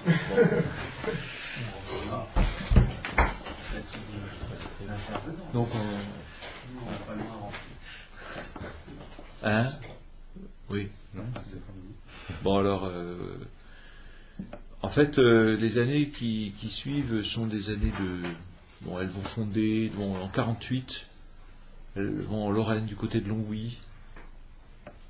Longwy, Herserange, Doncourt, si vous connaissez ces coins-là. Donc elles sont appelées d'ailleurs par des directeurs d'usines qui cherchent des femmes qui pourraient tenir un centre social. Donc ça vient comme ça, et puis en même temps elles sont sur la paroisse. Elles sont Doncourt, c'est un endroit. Doncourt Cité, c'est une ancienne caserne de la ligne Maginot, si vous connaissez un peu les lignes Maginot. Voilà. Donc il y avait forcément des casernes derrière les citadelles, qui sont des citadelles souterraines. Puisqu'il n'était pas tout le temps en citadelle, vous vous rendez compte, il fallait des hébergements au sol, pas en souterrain tout le temps. Donc voilà, ça avait été repris après la guerre, et les responsables du personnel des usines de Longwy avaient eu la bonne idée de mettre toutes les familles à problème à Doncourt. Après, il fallait gérer quand même. Donc Suzanne Perrin, si vous la revoyez, faites-la parler sur Doncourt. Elle en parle peu, mais c'est quand même. Et alors, elle, vous voyez, aussi, elle raconte, Suzanne, que le bon plan, c'était d'aller à la coopérative. Parce que forcément, c'était une cité c'est au milieu de la campagne, c'est dans les collines, comme ça, d'un seul coup, une cité. Puis, voilà. Puis il y a une coopérative au milieu. C'était là où elle rencontrait les mères de famille, quoi. Donc elle passait sa matinée, pas loin, là, à parler avec les uns les autres. Parce que, voilà, une chose, 48, 50. En même temps, c'est la montée des prêtres ouvriers, dans l'engouement des jeunes forces vives de l'Église, des jeunes qui avaient votre âge à leur époque, et qui veulent, voilà, comprennent qu'il faut aller vers les plus pauvres. C'est justement cet élan missionnaire, et en même temps, le monde français est fasciné par l'efficacité communiste, comme dira Madeleine. Des gens qui luttent pour la justice, mais qui sont des gens non seulement athées, mais comme l'a vu Madeleine, des gens qui pensent que il faut détruire la religion pour libérer l'homme. Voilà. Donc c'est un choc terrible, parce que beaucoup de chrétiens ne voient pas ça, non seulement des prêtres, mais des chrétiens. Les chrétiens vont s'engouffrer là-dedans. Et Madeleine dira, d'ailleurs, c'est précisément la brèche entre les deux commandements, aimer Dieu et aimer son prochain, une fragmentation de l'amour du prochain, puisque la haine des ennemis, et l'amour de certains de mes prochains, mais pas tous, et la haine de Dieu, de toute façon. Bon, je résume évidemment à grands traits, on peut pas, c'est un peu trivial de résumer la crise des prêtres ouvriers comme ça, mais parce qu'en même temps, si vous voulez, c'est aussi Rome qui voit ce qu'est le communisme dans les pays totalitaires, sous domination communiste. La dictature du prolétariat, c'est pas un mot abstrait, c'est une réalité. Rome a très peur, Rome soupçonne la France d'être prise dans une nouvelle crise moderniste, hein, au fond, on va relativiser les dogmes ou les adapter au monde. Hein. En même temps, en France, il y a des courants extrêmement durs, des courants traditionnalistes, qui sont toujours là d'ailleurs. Toujours un peu voilà. Donc la France est prise dans des tourments très très durs. Et Madeleine voit tout de même, a beaucoup d'estime pour elle connaît beaucoup de prêtres ouvriers, forcément à Ivry, il y a beaucoup les connaît, et elle les voit vivre, elle pense qu'il faut... un jour, en mai 1952, elle va à Rome pour prier. Elle dit pour à la fois que l'Église reconnaisse le charisme missionnaire de la France, mais en même temps que ce charisme missionnaire soit sauvé, quoi, parce qu'elle sent bien qu'il y a quelque chose qui ne va pas dans ce charisme missionnaire. On l'a un peu vu tout à l'heure dans la faille tout à l'heure, mais je ne veux pas que j'y revienne trop en détail. Donc elle va prier à Rome. C'est un voyage assez bouleversant parce que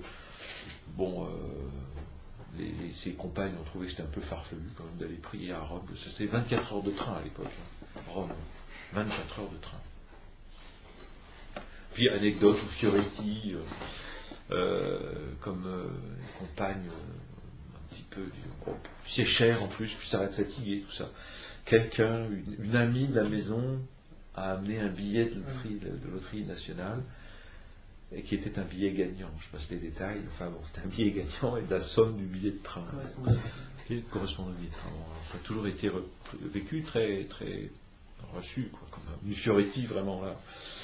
Et elle est partie, Madeleine est partie, elle est allée prier toute la journée, elle ne savait pas que le père Jean Guéguin, qui est l'actuel postulateur de la cause, était là parce qu'on lui avait ménagé un rendez-vous avec Pie XII. Et enfin, ça devait être comme ça, quoi. Elle était venue pour prier, et elle a prié toute la journée.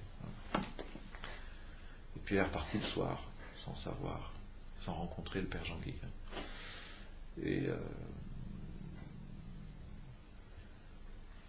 Et puis, au retour, elle écrit...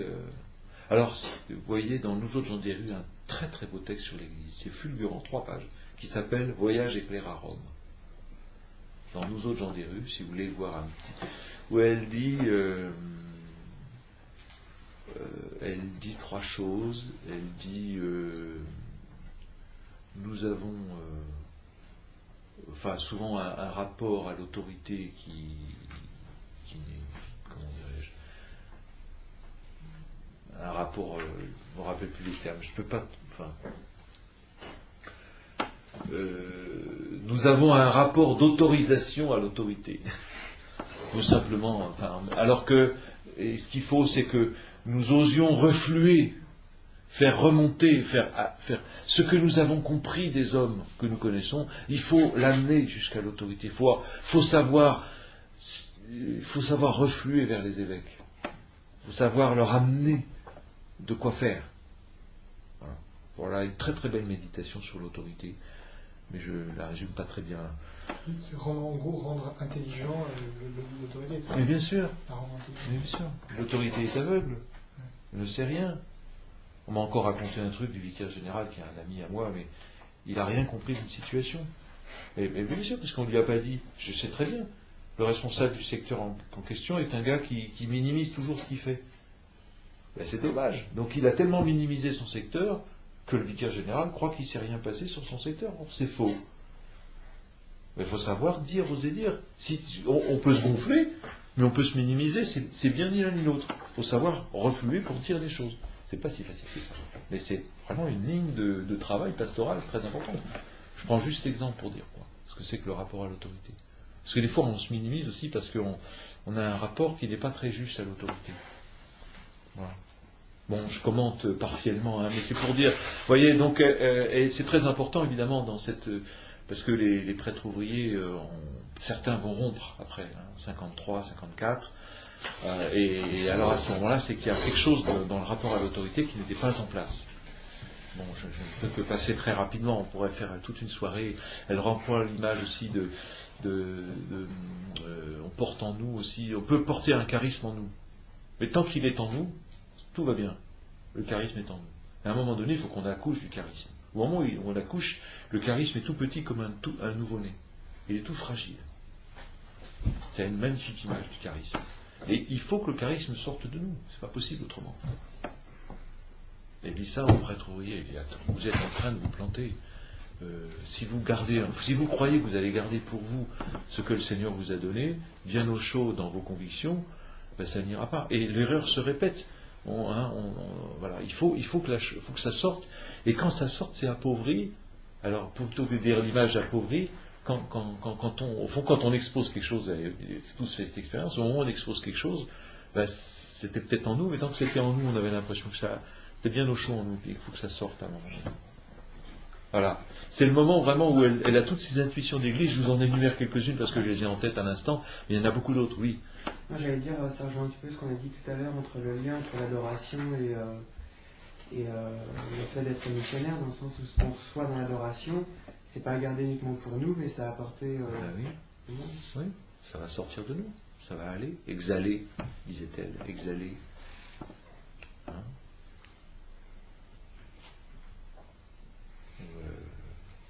Voilà.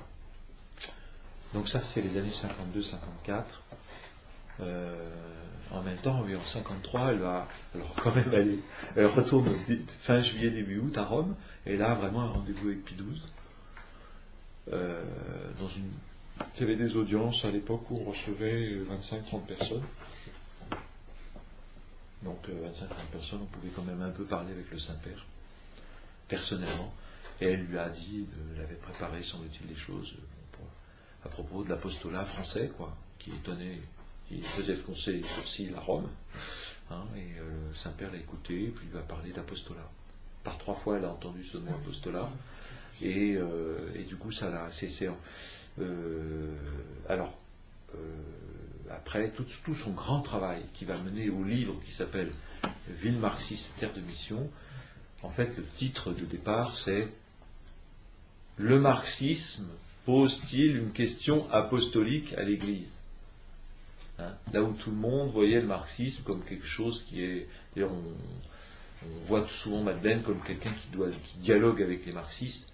C'est pas bien sûr dialoguer, mais c'est pas d'abord le cœur de sa question, c'est... On pourrait la conjuguer sur beaucoup d'autres choses. Est-ce que l'islam nous pose aujourd'hui une question apostolique? Par exemple. Ça serait bien de prendre des choses comme ça. Alors bien sûr, il faut dialoguer avec les musulmans pour savoir ça. Ou est-ce que... on reprend un autre domaine à nouveau. Est-ce que le monde de l'entreprise aujourd'hui nous pose une question apostolique? Si, le monde du libéral. Le monde libéral. Vous voyez? Voilà, alors elle va creuser un sillon comme ça, qui donne un ouvrage très, très dense, très difficile à lire, je trouve, mais très, très, très intéressant. J'y reviens souvent et voilà, c'est un peu c'est pas un gisement, c'est un accouchement, ce livre, douloureux, parce qu'elle a beaucoup souffert à ce moment-là. En 1955, Jean Médieu, dont je vous avais parlé, décède. Je vous avais parlé comment il exprime sa gratitude à la sœur de Jean, en lui écrivant ma reconnaissance vis-à-vis de votre frère est double, celle de m'avoir fait rencontrer Dieu et celle de s'en être allé. Quelques mois ou quelques semaines après, même sa mère décède, et en septembre son père décède. Donc l'année 55, c'est... Et il y a une contestation à l'intérieur des équipes de plus en plus forte. Alors ça, l'histoire est à écrire, parce qu'évidemment c'est tellement difficile. Ça a été à peu près réglé, ça va mettre 3 ans à se régler, de 55 à 57, à 58. Ça va se régler grâce à Monseigneur Veuillot, qui était à ce moment-là secrétaire du cardinal Montigny à la secrétairie romaine, la secrétairie d'État, pardon, à Rome. Parce qu'en même temps que Pie XII, Madeleine a rencontré Monseigneur Veuillot, et elle a beaucoup dialogué avec lui, donc c'est très important. Par rapport au rattachement à l'Institut Spédier. Il y a aussi ça, oui, tout à fait. Il va beaucoup les aider pour tout ça, parce qu'au fond, elle ne croyait pas en ce rattachement, mais certaines voulaient, parce que ça donnait une sécurité quand même, c'est quelque chose qui avait été plus officiel. Madeleine voulait continuer au fond cette recherche, mais elle a joué le jeu du discernement, et même quand Monseigneur Veuillot va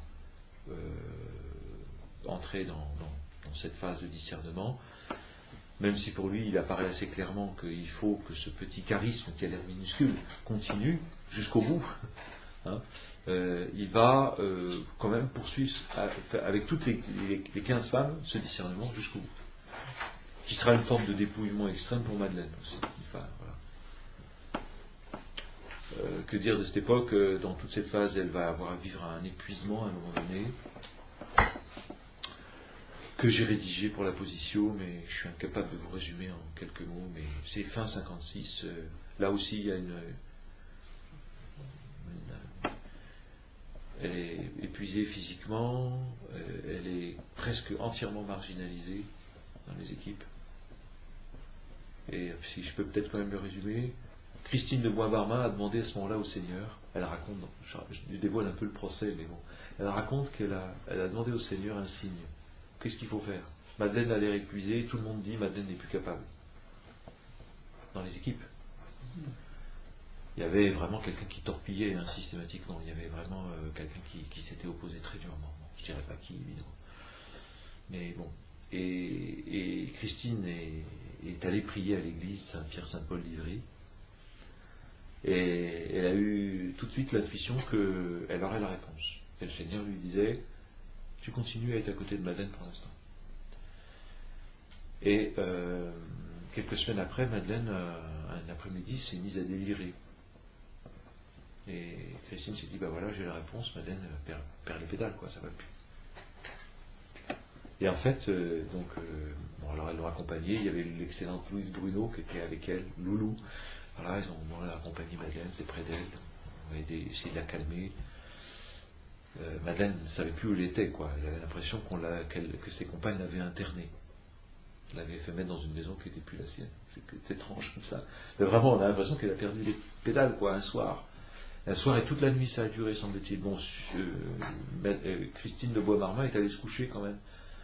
Et puis le lendemain matin, Madeleine, Louise Bruno, Loulou est montée d'abord, elle a osé, et puis Madeleine a discuté avec Louise Bruno, et Loulou lui a dit, tu vois ce qui s'est passé cette nuit, il faut que tu fasses venir Christine.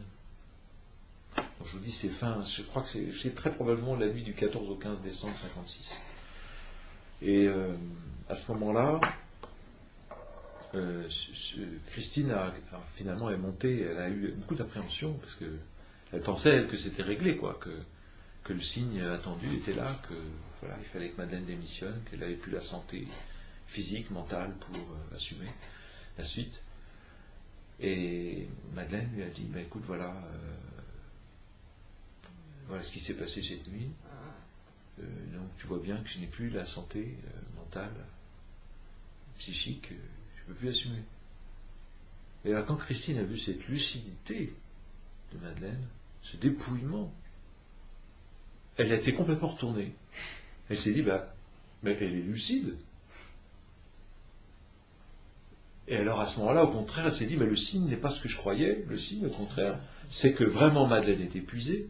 Alors je vous ai passé un détail, c'est que un chirurgien dentiste l'avait opérée d'urgence de toute une série de dents, parce qu'elle risquait une septicémie à cause d'infections dentaires et de sinusite. Vous voyez la gravité que ça pouvait être en 56, il n'y avait pas les soins d'aujourd'hui.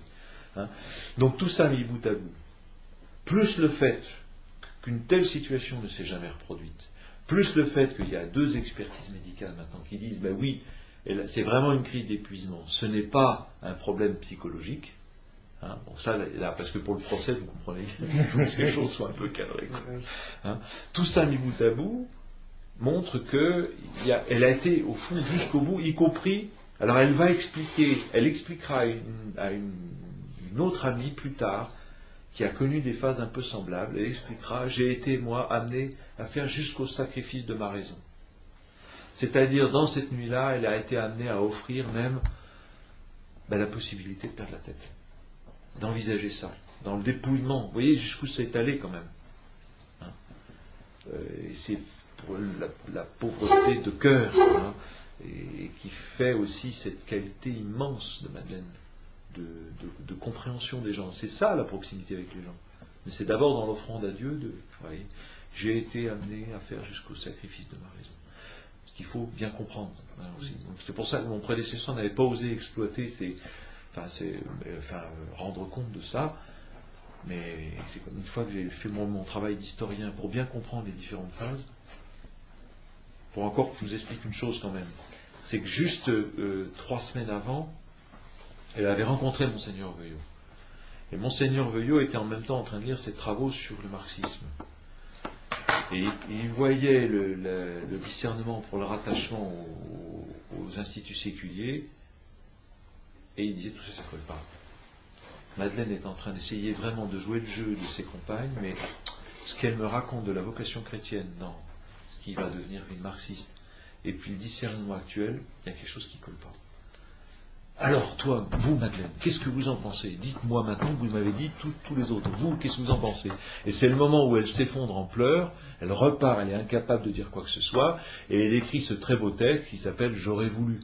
J'aurais voulu simplement vivre l'évangile avec le Christ et être une simple fille de l'Église au cœur de l'Église. Voilà. Je ne sais pas si vous voyez ce texte. Et tout ça se passe en quelques semaines. Vous voyez? Donc c'est fin 56. Voilà. qui est, ceci dit, un approfondissement de ce qui s'est passé en 1945. Avec, dans cette voie de la sainteté, un dépouillement plus grand encore. Et que Monseigneur Veuillot va faire poursuivre plus loin, puisque il va demander, encore pendant 2 ans, non, ça dure encore toute l'année 57 et début 58, donc ça dure encore 15 mois à peu près, que le discernement se poursuive. Puisque l'option de continuer à être ce qu'elles sont va être prise. Bon, elles ne vont pas se rattacher à l'Institut séculier, elles vont rester leur petite cellule de vie comme ça. La décision n'est vraiment prise qu'au printemps 58. À la Pentecôte 58 même. Enfin, à la Pentecôte, c'est les élections qui suivent, parce qu'il y a une petite élection entre elles. Bon, voilà. Madeleine est élue responsable. Ah oui, voilà. Et il y a une charte rédigée par Monseigneur Veuillot, validée par tout le monde. Voilà. Il y avait déjà une charte avant, bien sûr, et je vous l'ai lu en partie. Depuis le début, il y a un directoire. Voilà. Tout ça, c'est des faits extrêmement importants que nous ne connaissions pas, que je vous raconte. Voilà, d'ailleurs, peu de gens le connaissent pour l'instant, parce que ces faits étaient un peu éparpillés, donc on n'en comprenait pas bien la progression, qui est une progression dans l'accomplissement de cette première des béatitudes en elle. La bataille va quand même pas être finie, puisque c'est Pierre qui va continuer à mener, à s'opposer à Madeleine. Finalement, ça va jamais se résoudre complètement. Ça, c'est un mystère, quoi, un mystère d'iniquité. C'est difficile à comprendre. Peut-être qu'il est aussi une cause de l'échec apparent, échec apparent. En tout cas, l'échec à nos yeux, aux yeux du monde, aux yeux des hommes, même aux yeux de l'Église, parce que les gens disent, mais alors, Mère Teresa, elle est là. Mère Teresa, c'est combien de milliers de missionnaires de la charité, alors que la charité de Jésus, et puis vous voyez bien que tout se retourne, puisque la notoriété de Madeleine ne cesse de se développer, de s'approfondir. Alors après, il y a la préparation du concile, il y a aussi des gens qui se rencontrent tout à fait étonnants, des communistes polonais devenus chrétiens, qui sont en pleine contradiction, parce que communistes polonais devenus chrétiens. Alors, ils connaissent le cardinal Journet, qui connaît Jacques Leuve, il y a tout un réseau qui fait qu'ils entendent parler de Madeleine d'Elbren. Ils viennent voir Madeleine d'Elbren. Alors il y a, je vous reparle juste, puis je termine par ça, Johanna et André Munk. André Munk était cinéaste. Il a fait cinéaste assez connu en Pologne, mais évidemment, là, ça devenait difficile pour lui, parce qu'il devenait chrétien. Et sa femme aussi. Donc lui, il rencontre Madeleine, c'est début 60. Début 60, ou début 61, début 60. Ouais. Et puis, en fait, quelques mois plus tard, il va être accidenté. Il y a un camion, les services secrets sûrement qui l'ont supprimé, quoi. Et Johanna est dans une situation extrêmement périlleuse, parce qu'elle va finir d'ailleurs par être, elle va être tuée à petit feu par l'acharnement. Vous savez, on vous téléphone à toute heure pour vous menacer. Johanna Munk. Cette page est encore à écrire d'ailleurs, parce que je n'ai pas toutes les informations. Mais Madeleine va aller auprès d'elle. Voilà. Et il y a des pages absolument admirables de la rencontre, parce que Johanna a demandé à Madeleine, tu m'as dit des choses, tu peux me les écrire. Donc on a la trace de ça. Et il y a des plus belles choses qui soient sur le chrétien voué à la souffrance. Alors évidemment, c'est une situation exceptionnellement difficile, si vous connaissez l'histoire de la Pologne. Donc on est en 62, 61, 62. Voilà, il y a une espèce d'extrême en même temps que c'est Madeleine avec sa joie de croire, son élan, son humour, donc ça s'est vraiment dilaté dans les deux sens, la joie et en même temps l'accueil pas seulement de sa souffrance à elle, mais de la souffrance des autres. Voilà, je pense à Johanna parce que j'ai eu à suivre un peu plus en détail cette histoire, et qu'il faudra que je rédige tout ça, mais je ne sais pas si j'arriverai à avoir d'autres informations sur la façon dont André Munk a été liquidé, puisque j'ai entendu de la part d'immigrants polonais qui m'ont dit mais Johanna aussi finalement, sauf qu'elle a été tuée à petit feu par l'acharnement moral.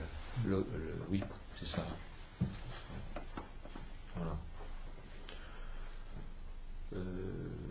Quand Madeleine meurt, donc il y a eu la préparation du concile. Bon, j'en parle pas, mais c'est très bon. On a participé, on lui demande des choses. Un monseigneur Sartre, archevêque émérite de Tananarive, lui demande un rapport sur la mission, et elle fait un rapport sur les athéismes contemporains, donc les enjeux. Donc on va faire d'ailleurs le tome 8 qui arrive, ça sera sur athéisme et mission. Et évangélisation, athéisme et évangélisation. Vous aurez ces textes disponibles en octobre. Oui. Vous disiez en 56 que c'était un monde d'épuisement et de marginalisation. Par marginalisation, vous entendiez quoi? Que pour des raisons peut-être, une des équipières qui était au départ, c'est en fait une des toutes premières équipières, qui est-ce que c'est de la jalousie? Est-ce que c'est Judas auprès de Jésus? Est-ce que c'est... on a du mal à prendre des mots comme ça quand même, parce que chacun après a... Enfin, le témoignage le plus précis que j'ai entendu d'elle, c'est elle minait systématiquement l'autorité de Madeleine tout en l'aimant beaucoup. Donc il y a une forme de jalousie quand même là-dedans. D'amour déçu, je ne sais pas quoi. Enfin, quelque chose qui ne va pas en tout cas. Donc, c'est le problème de fondation aussi. On s'embarque avec des gens qui parfois, ils sont dans l'élan, la première fondation, et puis j'ai du mal à en parler plus parce que j'ai conscience d'avoir que des éléments fragmentaires. Puis je connais pas assez. Il faudrait mieux connaître cette personne. Évidemment, c'est tellement douloureux. Christine, vous n'avez rien là-dessus dans le livre de Christine. Sauf qu'à chaque fois que maintenant je sais qu'il y a eu un problème avec cette compagne, Christine dit quelque chose qui suggère en creux, tout est juste chez Christine. Mais c'est une justesse du cœur. Par contre, il y a des choses que je ne peux pas en parler, c'était trop difficile, quoi. Puis de toute façon, en plus, vous vous rendez compte, il y a forcément encore la famille de cette femme est morte déjà depuis pas mal d'années. Mais voilà. Donc il y a voilà l'histoire de Madeleine. Tout ça qu'on ne connaissait pas du tout. Et le concile là, donc entre athéisme et évangélisation. Ouais. Elle a compris que l'athéisme marxiste n'est qu'un premier athéisme très idéologique, très construit comme une espèce d'anti-église, quoi, avec le pape, Staline, et puis elle dit ça ce n'est que le début, puis ça est en train de partir, mais il y a beaucoup d'autres athéismes qui arrivent. Ça va être publié, ça? Oui, on publie ça en octobre. Là. Ça, c'est... Voilà. Finalement, est-ce que c'est pas...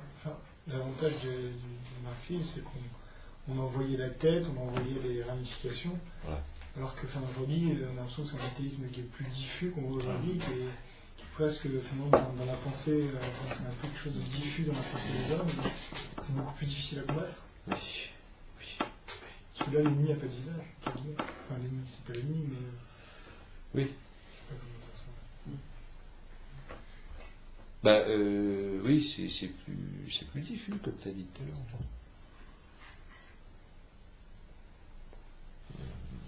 Et en même temps, il y a quelque chose. Alors là, tout le travail est à faire dans les mois à venir. Il y a un texte dans Nous autres, j'en dirais, qui s'appelle La misère de l'esprit. Donc en fait, il y a une petite séquence de travail qu'elle a fait au début des années 50. On lui avait demandé un article sur comment ça s'appelle, prolétariat et évangélisation, ça s'appelait quelque chose, j'ai plus exactement, j'ai plus en tête. Bon, enfin c'était les pauvres, le prolétariat, enfin bon. Alors elle le prend, puis après elle prend les familles ouvrières, elle a réécrit un deuxième texte qui n'a pas été publié, puis la misère de l'esprit. Quand même intéressant. C'est-à-dire, dans un monde où tout le monde était focalisé sur les misères matérielles, elle déplace. Et en plus, j'ai découvert, c'est là où il y a un travail à faire, qu'en fait, il y a 2 textes. Et Christine de Bois-Marmin, dans son élan de publication, a fusionné les 2 textes. Et alors, l'archiviste avait travaillé de son côté, puis j'ai travaillé du mien, et on est arrivé sans se concerter à la même conclusion. Et ces 2 textes ont été fusionnés par Christine, sûrement. Je ne vois pas qui ça peut être d'autres. Ça veut dire que Madeleine a beaucoup plus travaillé, et il y a une richesse de pensée. Bon, ben, on fait le boulot aussi. Voilà.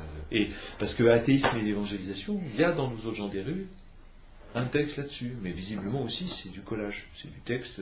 Alors qu'elle a déployé, elle a écrit à Monseigneur Sartre, il y a 4 ou 5, je ne sais plus, 5 textes, alors construits, puisque c'est un rapport. Hein, ça, on peut y avoir accès, ça. Ah bah oui. Facilement. Ouais, facilement.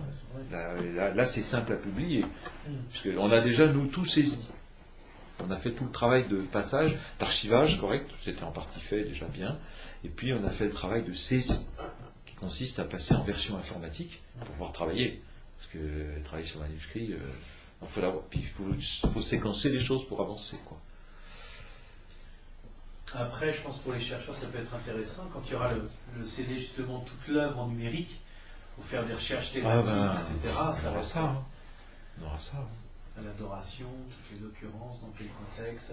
Oui, là j'ai cherché simplement, je savais que c'était présent dans l'article de Charles de Foucault, donc j'ai travaillé ce matin dans des conditions de confort que nos prédécesseurs n'avaient pas. J'ai tapé adore simplement parce qu'il pouvait y avoir adoré, adoration, adorer. Et puis voilà. Mais il y a beaucoup d'autres choses à trouver comme ça.